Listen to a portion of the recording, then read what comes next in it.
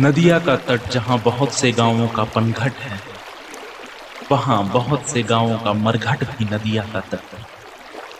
कहीं पहुँचते हैं प्यासे घट जीवन रस पाते हैं, कहीं पहुँचते हैं सूने घट स्वाहा हो जाते हैं। कितने घट प्यासे पहुँचे हैं जीवन रस पाने को, कितने घट सूने पहुँचे हैं स्वाहा हो जाने को। नदिया ने कुछ भी नहीं दिया है इन प्रश्नों का लेखा, केवल कोरी बही लिए ये हरदम बहते देखे।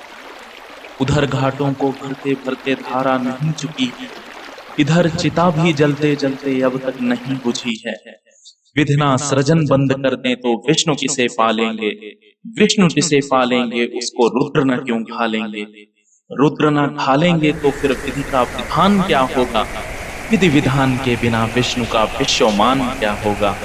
उत्पत्ति पालन लय की गति में राग विराग बसा है, इसी त्रिवेणी के संगम पर विश्व प्रयाग बसा है। आओ थोड़ा इधर चलें, यह महाशांति का तट है, जिसको लोग प्राण देकर पाते हैं वह मरघट है। एकाकी लगता है लेकिन लगता नहीं अकेला, यहाँ बहुत ही खामोशी से लगा हुआ है मेला।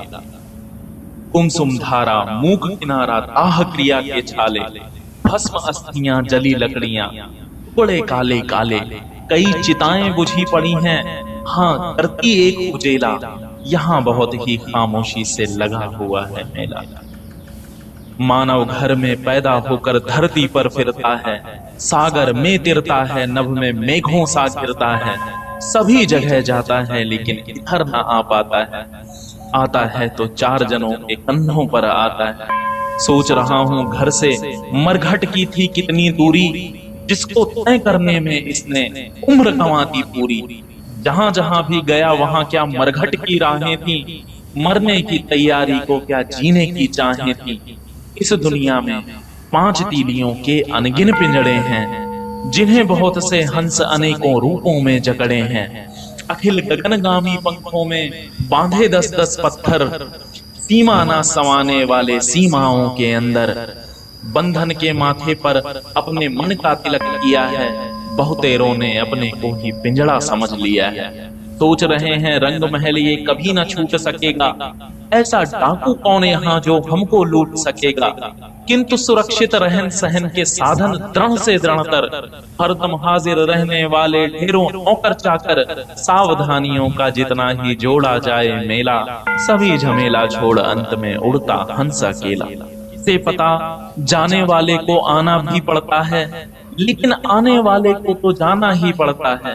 हंस उड़ा तो फिर पिंजड़े की कीमत हो जाती है, इसी जगह पर दिवाली की होली हो जाती है।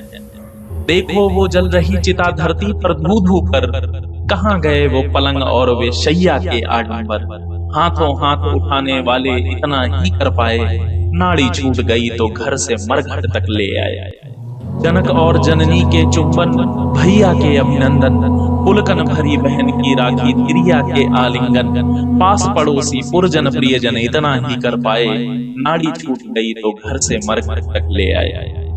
नगर सेठ के नगर पिता के बहुत बड़े बेटे हैं, मगर लकड़ों के नीचे चुप होकर चित लेटे हैं। सह न सके सरदर्द कभी उपचार बहुत करवाए, आज किसी धनवंतरी के कल कौशल काम न आए। जाड़े के मौसम में घर पर जेठ बुलाने वाले, हीटर को दहकाकर कमरे को गरमाने वाले, ठंडे होकर ईंधन बनकर अर्थी पर लेटे हैं। धन वाले के बल वाले के बहुत बड़े बेटे हैं। स्वर्ण भस्म को खाने वाले इसी घाट पर आए, दाने बीन चमाने वाले इसी घाट पर आए, गगन ध्वजा फहराने वाले इसी घाट पर आए, बिना कफन मर जाने वाले इसी घाट पर आए। सिरहाने से आग लगाई केश जले पलछिन में, लोहित जिह्वाओं सी लपटें लिपटी सारे तन में। झुलस झुलस कर खाल जल रही, फबक फबक कर चर्बी, सिकुड़ सिकुड़ कर मांस जल रही, चटक चटक कर हड्डी। लपटें उठ उठ पंच फैसला अपना सुना रही हैं, जिसकी थी जो चीज जहां की उसको दिला रही हैं। उन सिंध को किरण सूर्य को सांस पवन को सौंपी, चूर्ण शून्य के किया हवाले भस्म धरणी को सौंपी। कई चिताएं बुझी पड़ी हैं लिए राख की ढेरी, उनके कण कण बिखराने को पवन ते रही फेरी। भस्म देखकर पता न लगता नारी की या नर की, इसी सोम की या दाता की, कायर की नाहर की सोच रहा हूँ। जिसने कंचन काया नाम दिया है, उसने माटी की ठठरी पर कस कर व्यंग किया है। क्योंकि भस्म सोने की ऊंचे दामों पर बिकती है, मगर राख कंचन काया की व्यर्थ उड़ी फिरती है। परम धाम में ऐसे ही आचरण हुआ करते हैं, वैश्वानर के सर्व स्वाहा हवन हुआ करते हैं। और ठीक भी है, दुनिया से अगर कोई ना जाता, अपनी पाई हुई वस्तु पर चिर अधिकार जमाता, तो फिर अगला आने वाला बेचारा क्या पाता। कर्म क्षेत्र की चहल पहल का पटाक्षेप हो जाता। शायद इसीलिए नदिया के एक ओर पनघट है और दूसरी ओर दहकता हुआ घोर मरघट है। शायद इसीलिए नदिया के एक ओर पनघट है और दूसरी ओर दहकता हुआ घोर मरघट।